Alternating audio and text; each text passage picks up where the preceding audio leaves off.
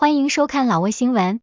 今天是2025年8月14日星期四，佛历9月下初5，万象阵雨25到33摄氏度。今天的主要内容有：最新外汇报价、股市收盘行情、黄金市场报价、万象燃油价格以及老挝时事要闻。首先来关注外汇。根据老挝外贸银行最新公布的今日外汇价格，美元的银行买入价为21469基普，较上一个交易日下跌2基普，跌幅 0.01%。泰铢的银行买入价为666.85基普，较上一个交易日上涨 3.72 基普，涨幅 0.56%。人民币的银行买入价为2967基普，较上一个交易日上涨2基普，涨幅 0.07%。再来关注股市行情。根据老挝证券交易所最新收盘报告显示，昨日老交所综合指数收于 1507.34 点，较上一个交易日上涨 7.54 点，涨幅 0.5%， 开盘 1497.51 点，最高 1517.14 点，最低 1494.99 点，成交量134万1600股，成交金额3亿1980万4500基普。成交量最高的股票是中老证券，收盘价145基普，交易量127万7100股，其次是外贸银行和浦西开发。成交额最高的股票是中老证券，收盘价145基普，交易额1亿9020万9500基普，其次是外贸银行和浦西开发。接着关注黄金价格。根据老挝 PV 黄金最新公布的价格，重量为1铢的黄金金条，每根售价是3622万基普，与上一次报价持平。然后关注今天的万象油价。今天万象10个加油站执行8月13日老挝工贸部公布的燃油价格，柴油每升19090基普，普通汽油每升23400基普，95号汽油每升27940基普。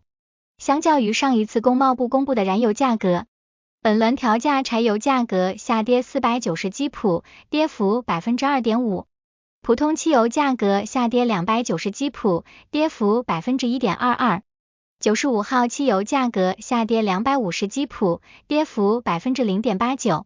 接下来一起关注时事要闻。1. 万象举行庆祝老挝建国阵线成立75周年集会。8月13日，老挝建国阵线在万象举行了庆祝成立75周年的集会，国家主席通伦西苏里出席。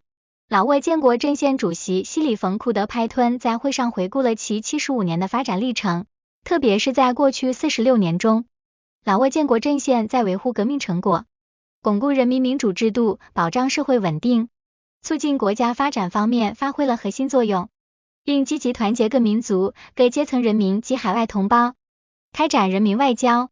通伦西苏里高度赞扬了老挝建国阵线所取得的巨大成就，并强调其未来仍需继续高举团结旗帜，传承优良传统，成为凝聚全民族力量的核心。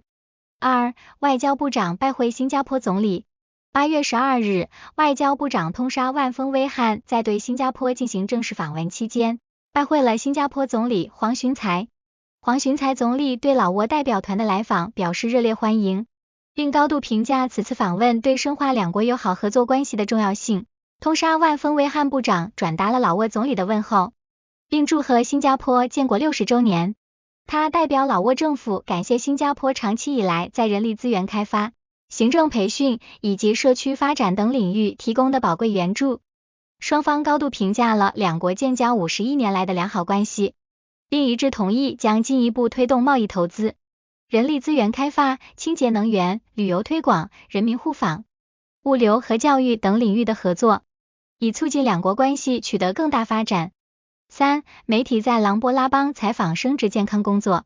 在联合国人口基金会的支持下，卫生部统计与信息中心于8月11日至16日在琅勃拉邦省开展生殖健康工作采访。此次采访旨在评估生殖健康工作的有效性，确保公众能够获得相关信息、安全的避孕方法、生殖疾病筛查与治疗服务，并鼓励预防性传播疾病。目前，政府正加速推进这项工作，以确保所有老挝人民都能获得生殖健康护理服务。从而减少孕产妇死亡，并重点为被边缘化的妇女提供帮助。4. 锰棚红线整治公路沿线秩序。8月12日，万象省锰棚红线特别工作组继续对13号公路北段和10号公路沿线的障碍物进行整治。工作组发现有29家商店存在侵占公路预留区域的违规行为。自8月5日以来，累计已整治162家单位。工作组已对违规单位进行警告并记录，并告知其在15天内必须整改。逾期未整改的单位将依法进行处理。此次行动旨在执行国家公路法，维护道路秩序，保障交通安全，并美化环境。5. 老挝韩国2025年现代艺术作品展开幕。8月12日，国家美术学院与亚洲艺术协会合作，在万象市举办了第4届2025年现代艺术作品展。国家美术学院院长坎苏乔厄塞、韩国驻老挝大使郑永珠等嘉宾出席并为展览剪彩。坎苏乔厄塞院长表示，国家美术学院致力于推动艺术教育、研究和文化保护，并希望通过此次展览促进老挝与韩国艺术家之间的技术交流。本次展览汇集了8位老挝艺术家和12位韩国艺术家的作品，反映了两国人民的生活方式和优秀文化。本次展览将持续至8月17日。期间还将举办老挝韩国艺术家技术交流研讨会。6. 川矿省发生货车压断桥梁事故。8月13日早上，在川矿省坎县南洪村通往南洪温泉的路上，一座桥梁发生坍塌。此前，该桥曾被洪水冲毁，村民们合力进行了临时修复，供轻型车辆通行。然而，今天一辆大型卡车驶上桥梁，导致桥体断裂。原本有专供卡车通行的绕行路线，但该车司机仍选择从这座桥上通过。7. 外国青年驾车失控撞入加油站围栏后逃逸。8月13日凌晨0点45分，在博交省东彭县平岩村，2名不明国籍的外国青年驾驶一辆白色轿车，在进入一个加油站前失控，先撞上围栏，随后又撞上加油站旁边的一家商店。事故发生后，两人立刻弃车逃离现场。该肇事车辆没有牌照，仅在挡风玻璃上贴有1939字样。目前，肇事者尚未返回处理车辆。8. 汽车撞摩托车后致2人受伤，肇事者逃逸。据博交省红十字会紧急救援队报告，8月11日凌晨0点36分接到报案，称在会晒县新普卡村发生了一起汽车与摩托车相撞，肇事汽车逃逸的交通事故。